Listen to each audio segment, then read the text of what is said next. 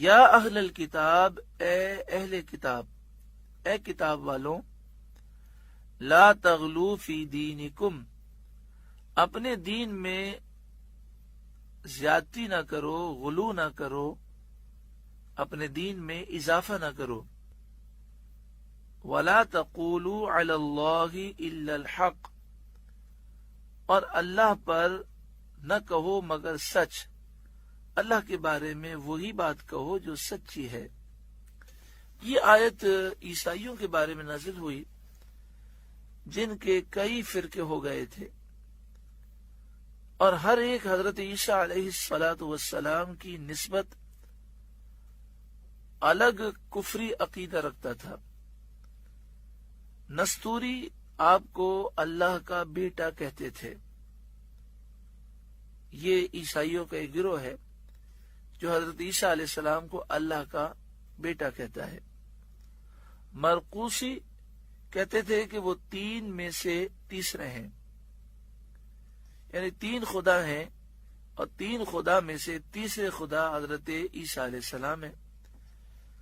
اور اس کلمے کی توجیہات میں بھی اختلاف تھا. بعض کہتے تھے کہ 3 اقنوم ہیں، 3 ذاتیں ہیں، باپ، بیٹا، روح القدس. باپ سے مراد وہ اللہ تعالیٰ کی ذات لیتے، بیٹے سے مراد حضرت عیسیٰ علیہ السلام، اور روح القدس سے وہ کہتے تھے کہ جو حضرت عیسیٰ علیہ السلام میں حیات داخل ہو گئی، حلول کرنے والی جو زندگی ہے وہ مراد لیتے تھے. تو ان کے نزدیک خدا 3 تھے، اور اس 3 کو وہ ایک بتاتے تھے، اور اس کا نام رکھتے تھے کہ توحید فی التثلیث اور تثلیث فی التوحید، یعنی 3 میں 1 کرنا اور 1 میں 3 کرنا. توحید فی التثلیث اور تثلیث فی التوحید کے چکر میں گرفتار تھے. بعض کہتے تھے کہ عیسیٰ علیہ السلام ناسوتیت اور الوہیت کے جامع ہیں. ماں کی طرف سے ان میں ناسوتیت آئی ہے اور باپ کی طرف سے الوہیت آئی ہے، یعنی باپ ان کا اللہ ہے تو اس وجہ سے یہ الہ ہے، اور چونکہ ماں حضرت مریم انسان ہے تو اس لیے ان کو کھانے پینے کی ضرورت رہتی ہے. تعالی اللہ عما یقولون علوا کبیرا، یہ جو بکواس کرتے ہیں اللہ تعالیٰ ان کی اس بکواس سے پاک ہے.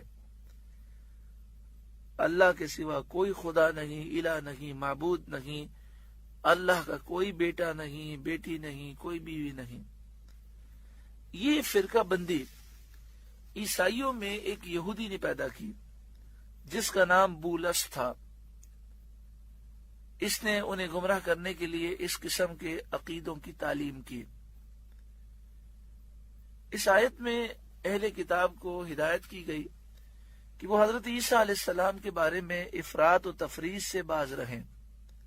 عیسیٰ علیہ السلام کو خدا نہ کہیں، اللہ کا بیٹا نہ کہیں، الہ معبود نہ کہیں، اور ان کی تنقیص بھی نہ کریں جس طرح یہودی توہین و بیعت بھی کرتے ہیں. وَلَا تَقُولُوا عَلَى اللَّهِ إِلَّا الْحَقِّ، اور اللہ پر صرف سچ کہو، یعنی اللہ کا شریک اور بیٹا کسی کو نہ بناؤ. حلول اور اتحاد کے عیب بھی مت لگاؤ کہ عیسیٰ علیہ السلام میں اللہ داخل ہو گیا، حلول کر گیا، اور حضرت عیسیٰ علیہ السلام، روح القدس اور اللہ، یہ تینوں ذاتوں میں اتحاد ہو گیا اور وہ ایک خدا بن گئے. اس طرح کے غلط عقیدے نہ رکھو، اور اس اعتقاد حق پر رہو کہ انما المسیح عیسی بن مریم، مسیح عیسیٰ بن مریم رسول اللہ، اللہ کے رسول ہی ہیں. حضرت عیسیٰ علیہ السلام کا لقب مسیح ہے. مسیح کے معنی ایک ہوتے ہیں بہت زیادہ ہاتھ پھیرنے والا. آپ کی خدمت میں 50,000 مریض جمع ہو جاتے اور آپ ان پر ہاتھ پھیرتے اور انہیں شفا مل جاتی. تو آپ کے ہاتھ پھیرنے سے مریضوں کو شفا ملتی، اس لیے آپ کو مسیح کہا جاتا۔ عیسیٰ بن مریم، بن مانے بیٹا، مسیح عیسیٰ جو کہ مریم کے بیٹے ہیں، یہی آپ کا نسب ہے، اس کے علاوہ اور کوئی نسب مت بیان کرو۔ عیسائی کہتے تھے کہ اگر ان کا کوئی باپ نہیں ہے تو پھر نسب کیسے بیان ہوگا؟ تو فرمایا ان کا نسب یہ عیسیٰ بن مریم، مریم کے بیٹے ہیں، بغیر باپ کے پیدا ہوئے۔ رسول اللہ، وہ اللہ کے رسول ہی ہیں، وہ خدا نہیں ہے، الہ نہیں ہے، معبود نہیں ہے، اللہ کے بیٹے نہیں ہیں۔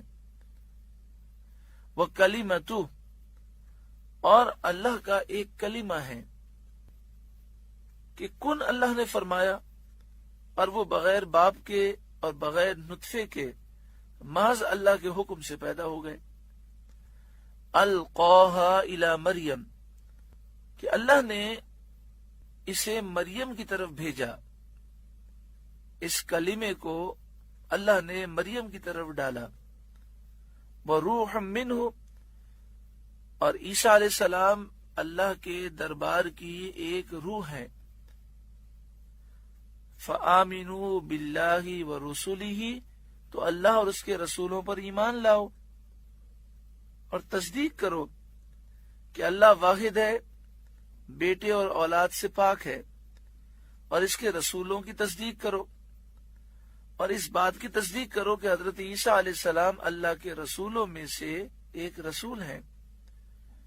وَلَا تَقُولُوا ثَلَاثَةٌ، اور تین نہ کہو، یعنی تین خدا نہ کہو، جیسا کہ عیسائیوں کا عقیدہ ہے، اور وہ کفر محض ہے۔ انتہوا خیرا لکم، باز رہو اپنے بھلے کو، اگر توبہ کر لو گے، باز رہو گے تو تمہارا اپنا بھلا ہے۔ انما اللہ الہ واحد، اللہ تو ایک ہی خدا ہے، کوئی اس کا شریک نہیں۔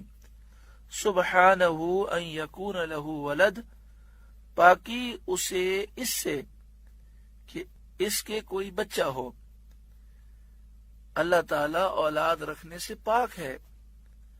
لہو ما فی السماوات وما فی الارض، اسی کا مال ہے جو آسمانوں میں ہے، جو کچھ زمین میں ہے، اور وہ سب کا مالک ہے، اور جو مالک ہو وہ باپ نہیں ہو سکتا، یعنی باپ اپنی اولاد کا مالک نہیں ہوتا۔ تو جب کائنات کا ذرہ ذرہ اللہ کی مملوک ہے، سب کا اللہ مالک ہے، تو اس کی اولاد کیا چیز ہو سکتی ہے؟ وَكَفَى بِاللَّهِ وَكِيلًا، اور اللہ کافی کارساز ہے۔ یہاں پر اس طرح سمجھیں کہ پہلے زمانے میں غلام کی خرید و فروخت ہوتی تھی، کبھی کبھی ایسا ہوتا تھا کہ بعض لوگوں کے بچے کھو جاتے تھے، اغوا ہو جاتے تھے، پھر وہ اپنے بچوں کو بھول جاتے تھے، اور غلاموں کی خرید و فروخت ہوتی تھی۔ کوئی کسی غلام کو خریدتا اور اتفاق سے اسے معلوم ہو جاتا کہ یہ تو میرا اپنا بیٹا ہے، تو شرعی مسئلہ یہ ہے کہ بیٹا انسان کا غلام نہیں ہو سکتا، انسان اپنے بیٹے کا مالک نہیں ہو سکتا۔ حدیث پاک میں بھی ہے کہ اگر کوئی اپنے اس طرح کے قریبی رشتہ دار کو خریدے تو خریدتے ہی وہ غلام آزاد ہو جائے گا۔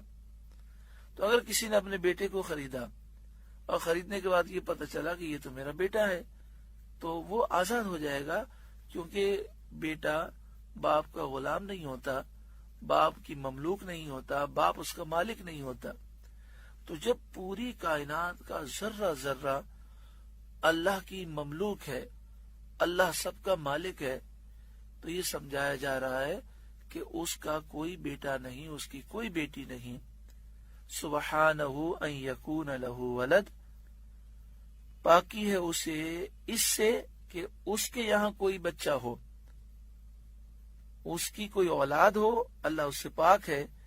لہو ما فی السماوات و ما فی الارض، اسی کا مال ہے جو آسمانوں میں ہے اور جو کچھ زمین میں ہے، تو اس کی اولاد کون سی چیز ہو سکتی ہے؟ وکفا باللہ وکیلا، اور اللہ کافی ہے کارساز۔ اللہ تعالی ہم پر کرم فرمائے۔ سورہ نساء کا رکوع نمبر 23 مکمل ہوا۔ اللہ تعالیٰ اس رکوع کے نور سے ہمارے ظاہر باطن کو، ہمارے قلوب کو روشن اور منور فرمائے۔